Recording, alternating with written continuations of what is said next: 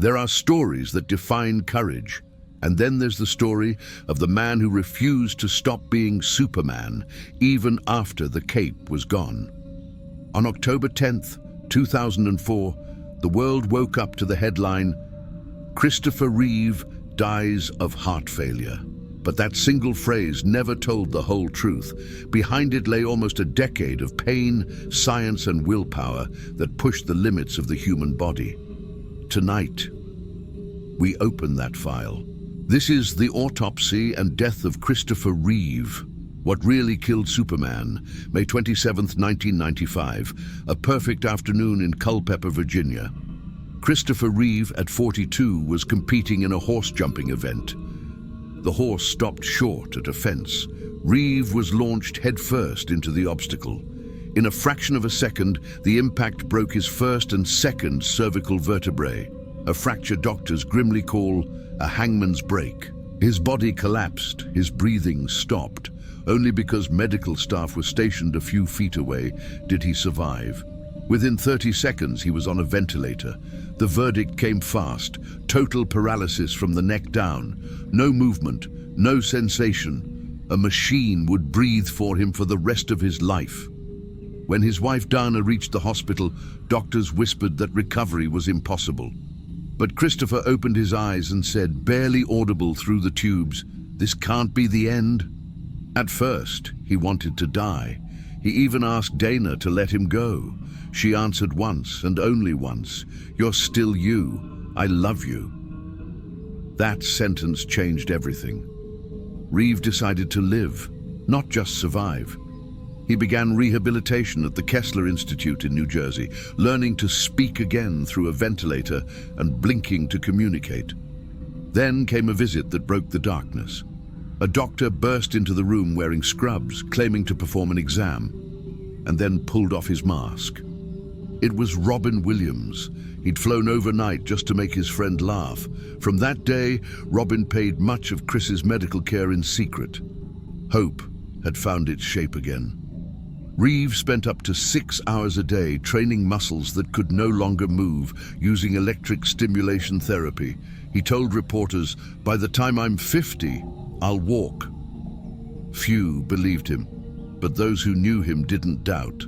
By 1998, the actor who once flew across movie screens had become a global advocate for spinal cord research. He founded the Christopher Reeve Paralysis Foundation and spoke before Congress about stem cell science. A controversial topic at the time, he used every ounce of fame to demand progress, and slowly, astonishingly, his body answered. By 2002, underwater therapy videos showed him moving a leg, the first documented recovery of that kind after a complete cervical injury. Doctors called it miraculous. Reeve called it only the beginning. But miracles have limits. His ventilator, the tubing through his throat, made him vulnerable to infection. He lived under 24-hour supervision, his lungs always one accident away from failure. He told an interviewer, "People think paralysis means you just can't walk. It's everything. You can't sweat, you can't cough, you can't even scratch your nose without help." The price of survival was constant battle. Pressure ulcers, known as bed sores, ate into his skin from sitting or lying too long. Each open wound was a doorway for bacteria. In 1997, he developed a deep vein thrombosis behind the knee, a blood clot that could travel to the lungs and kill instantly. He recovered after a week of blood thinners, but remained at risk forever. 6 years later, in 2003, surgeons attempted an experimental diaphragm pacer, electrodes placed inside the chest to trigger breathing muscles electronically. The operation was one of only 3 performed worldwide. It worked partially, allowing short periods off the ventilator, but the surgical wound refused to heal. Infection returned again and again. Each new antibiotic was stronger, harsher, and each time his immune system grew weaker. Summer 2004. Christopher directed the Brooke Ellison story for the A&E network. a film about a young quadriplegic who never gave up. It was, in many ways, his own biography in disguise. Crew members remember him smiling constantly, hiding exhaustion. A nurse later revealed he was fighting an infected bed sore, so severe that doctors warned of sepsis. He refused to halt production. By September, his weight dropped, his color faded. Still, he traveled, gave speeches, and met patients who saw him as living proof that hope could survive anything. October 5th, 2004, Chicago.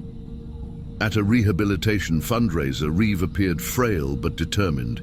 He ended his speech with a line that would soon feel prophetic. "There was a time when I flew on my own, but now a plane is very useful." 2 days later, he was back home in Bedford, New York. His caregivers warned that the wound on his lower back had worsened, deep, infected, dangerous. They increased his antibiotics. October 9th. Dana was away filming in California. Reeve insisted on attending his son Will's hockey game. That night, father and son said goodnight in their own way. Will gently wiggled his father's toe. It was their last moment together. Sometime before midnight, Christopher Reeve's heart stopped. Paramedics revived him, but the rhythm collapsed again and again. By morning, he was in a coma at Northern Westchester Hospital. Dana flew back and held his hand as the monitors slowed. At 5 p.m. on October 10th, 2004, the man who once embodied strength itself was gone. The world called it heart failure, but doctors who had followed him for years knew there was more, much more, because the truth about what really ended the life of Superman was never officially recorded. When a famous life ends suddenly, the body tells the story the words can't. But in this case, no one ever opened the final chapter.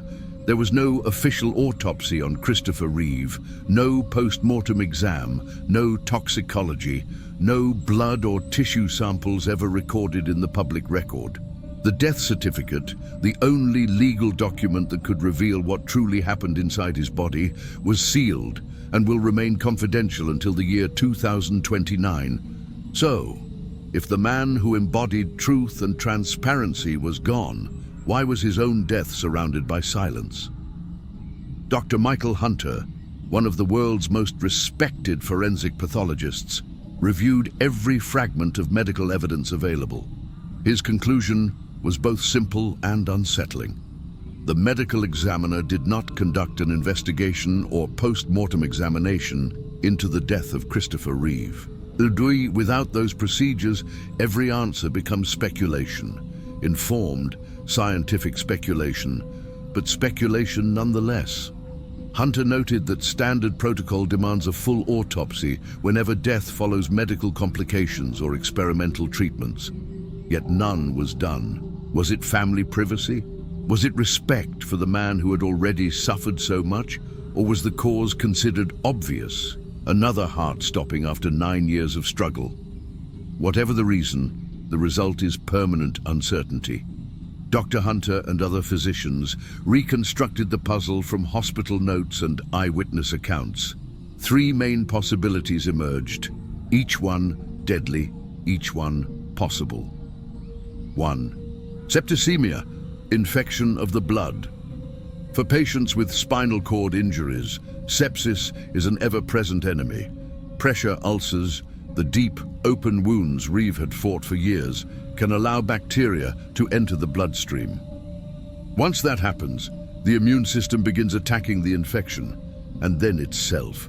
Organs shut down one by one. The heart collapses under the chemical storm. Some reports claimed Reeve showed no fever or chills. Signs usually present in sepsis, but those symptoms can be masked by paralysis and medication. Without laboratory tests or an autopsy, no one can confirm it.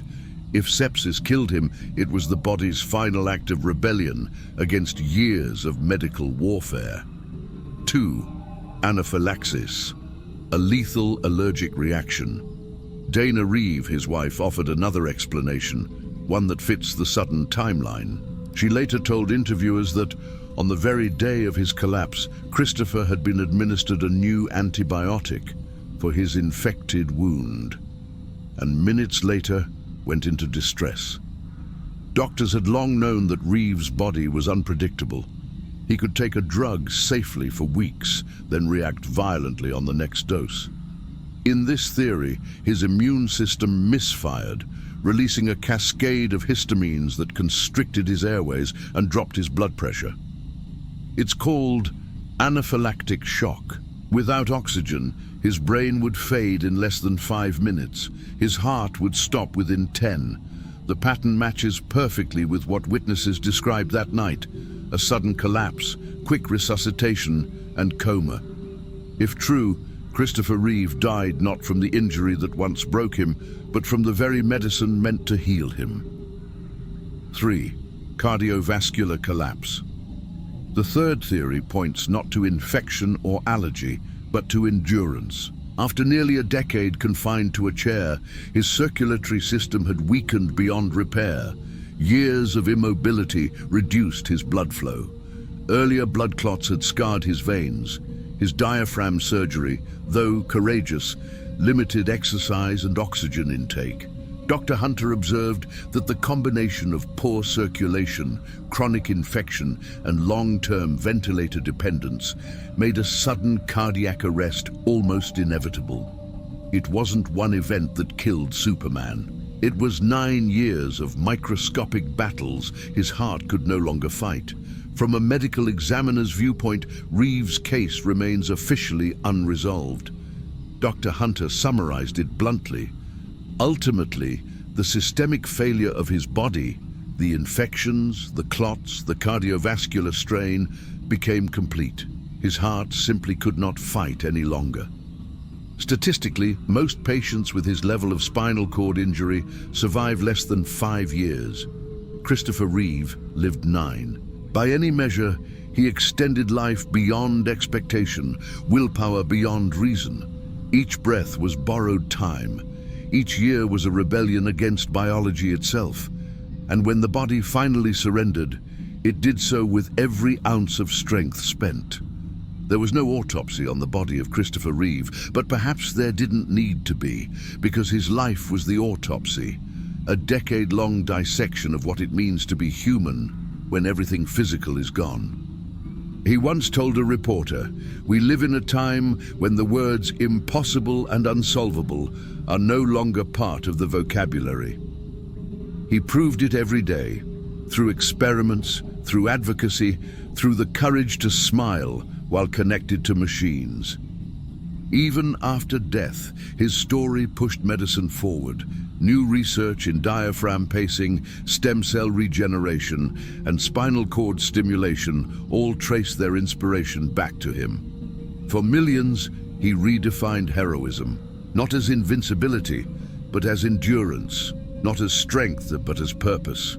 And in that sense, the man who could no longer move taught the world to keep moving. Christopher Reeve, 1952-2004. Actor, director, humanitarian. No official autopsy was ever performed. His death certificate remains sealed until the year 2029. The official cause of death is still listed as heart failure.